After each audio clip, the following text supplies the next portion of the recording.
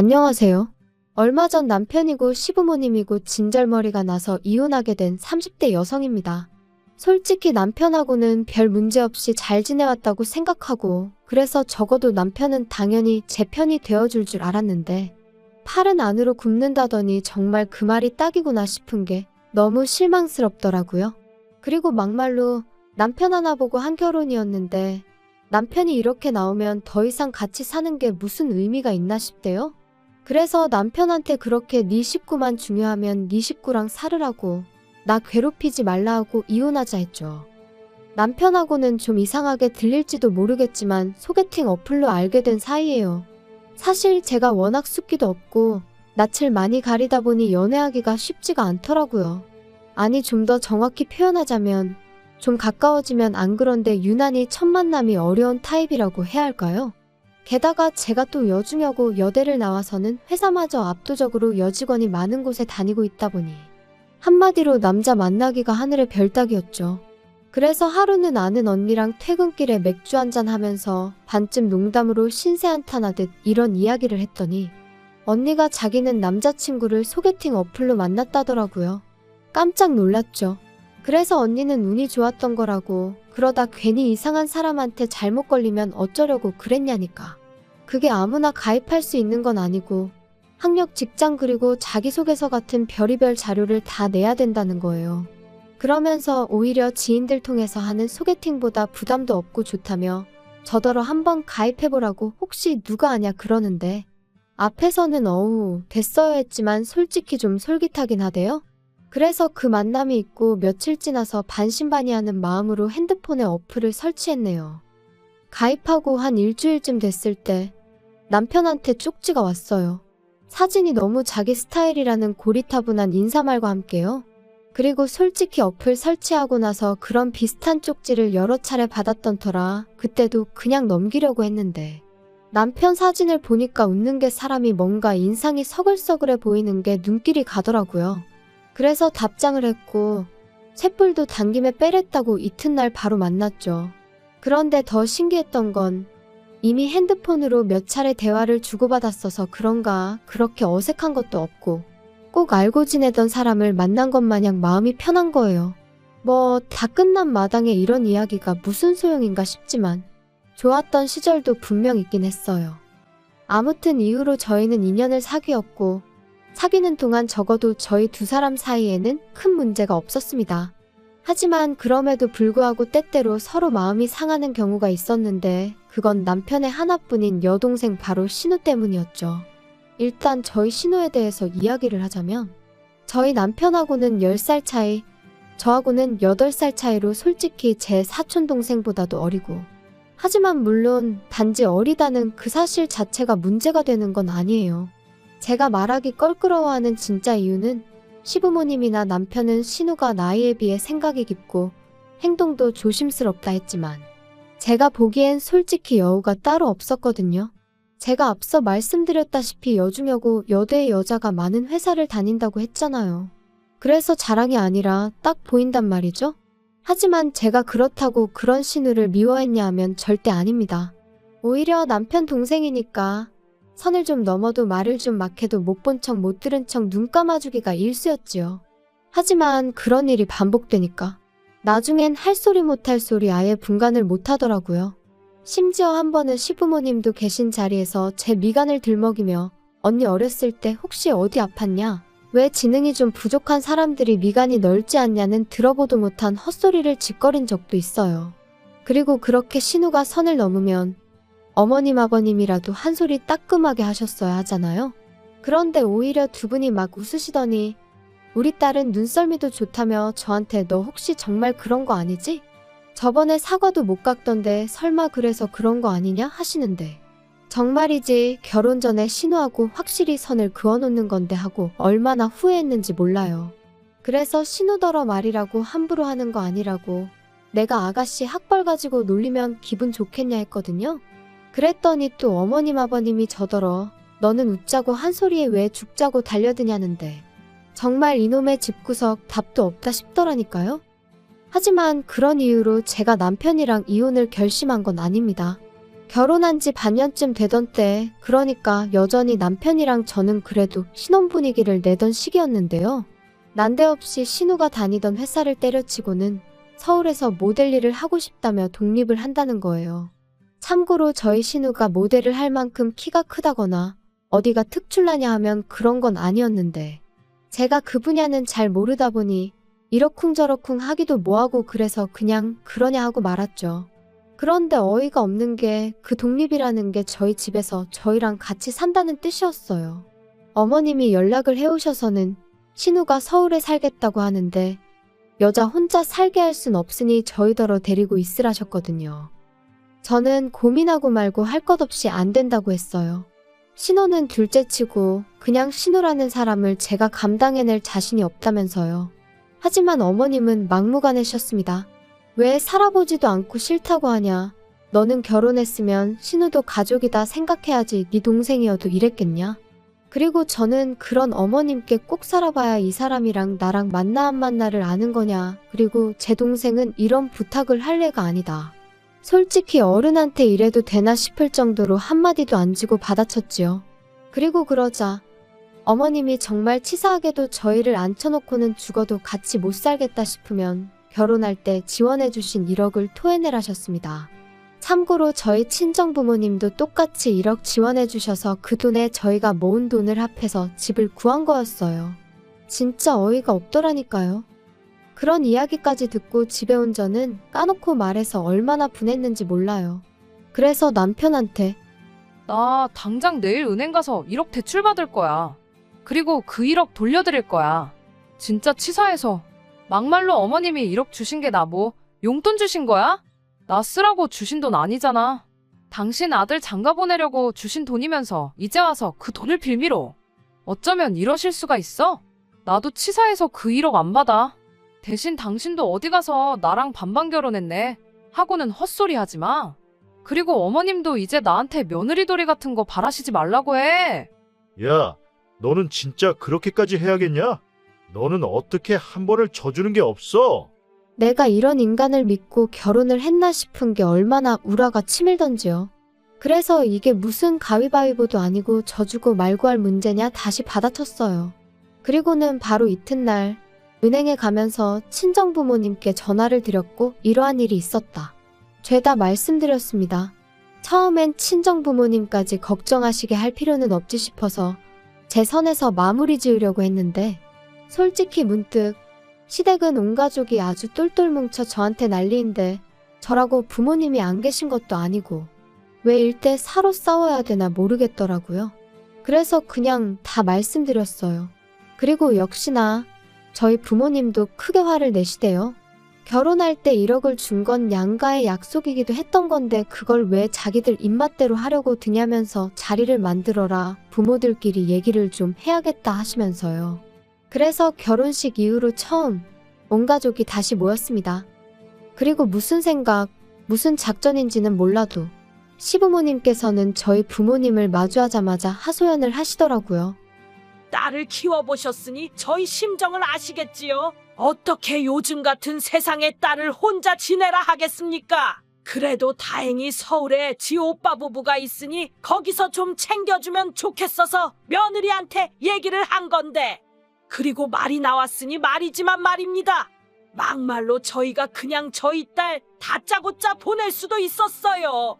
하지만 그래도 배려하는 마음으로 며느리한테 먼저 이야기를 한 건데 그렇게 나올 줄은 정말 몰랐다니까요.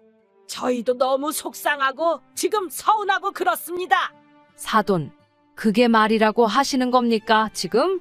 이제 와서 말이지만 저희 부부, 저희 딸이 시집가서 한참 어린 신우한테 막말 듣고 그러는 거 알고 나서도 그래도 네 동생이다 생각하고 잘하라고 했습니다. 시부모님도 마음속으론 네가 고생하는 거 알고 계실 거라고, 그러니까 네가 참으라고 했다고요. 그런데 그 신우 뒷바라지까지 하라니 그게 말이 됩니까? 저희는 저희 딸한테 그런 고생까지 하라고는 못하겠습니다. 그리고 그 1억이 줬다 뺐었다 하려고 주신 돈이었습니까? 그럴 거면 1억도 가져가시고 이참에 최서방도 데리고 가세요. 저희 부부는 딸이 시집살이 당하고 고생하고 사는 거 볼 바엔 그냥 이혼하라고 할 사람들입니다. 요즘 무슨 이혼이 흠도 아니고. 어머님 표정을 보아하니 저희 친정어머니가 그렇게 나올 거라곤 상상도 못하신 눈치였어요. 그리고 그 자리에 같이 나와 있던 신우와 남편도 저희 부모님의 완강한 태도에 기가 눌렸는지 제 눈치만 살살 살피고는 아무 말도 안 하더라고요. 그래서 결국 1억 돌려드리는 일 없이 신우와 같이 사는 일은 없던 얘기가 되었습니다. 이후로 또 남편하고 저는 그럭저럭 잘 지냈어요. 정확히 말하자면 별로 큰 소리 나는 일 없이 서로 힘들게 하는 일은 없었다는 거죠. 그리고 합가는 무산되었지만 그래도 신우의 독립이 어째서인지 신경이 좀 쓰이더라고요.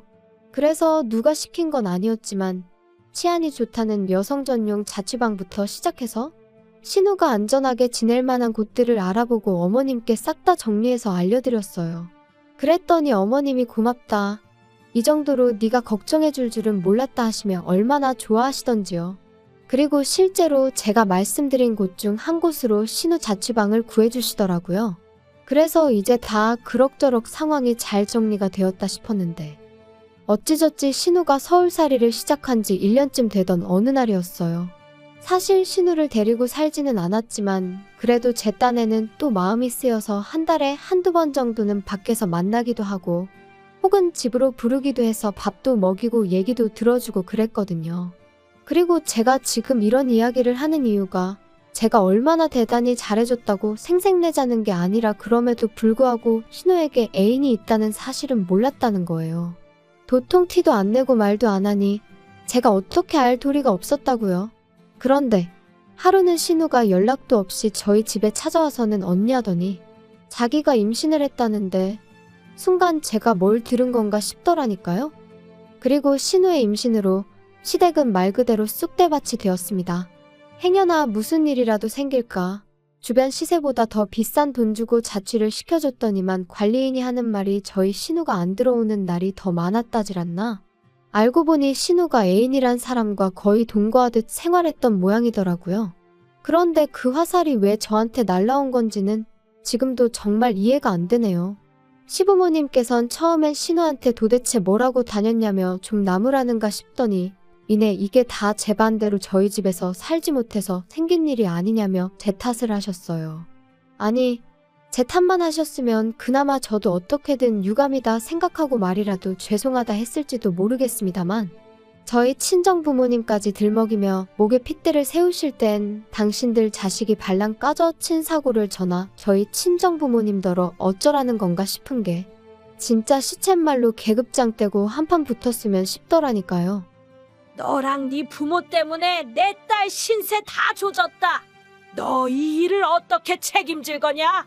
너는 윗사람이 돼서는 어린 신우 하나를 못 챙겨서 이 사단이 나게 만드냐? 다 필요 없고 내 딸 인생 책임져라. 네 부모한테도 내가 책임을 물을 거야.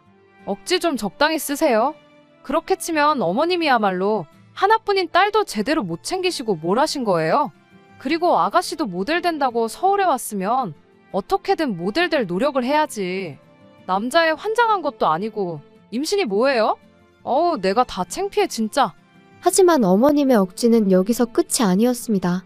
어머님께서는 이렇게 된 이상 신우랑 그 애인이란 작자랑 결혼을 시켜야 하지 않겠냐 하시더니 그 결혼 비용을 저랑 저희 친정부모님더러 부담을 하셨거든요. 양심이 있으면 그 정도는 저희가 해야 하지 않겠냐면서 말이죠. 그리고 그 비용이란 건 자그만치 2억이었습니다. 내가 긴 말은 안 하겠다. 니네 부모한테 얘기해서 2억 받아와. 앞길이 구만리 같은 내 딸 인생 조져놓은 값이라 하면 2억이 아니라 20억을 받아내도 분이 안 풀릴 것 같지만 그래도 네가 내 며느리니까 내가 엄청나게 참고 참은 줄이나 알아. 내가 마음 같아서 니네 부모도 다 고소해버리고 싶은데 내가 정말 참았다. 그러니까 열을 줄 테니 2억 만들어와. 그것도 못하겠다 하면 나도 그땐 못 참는다.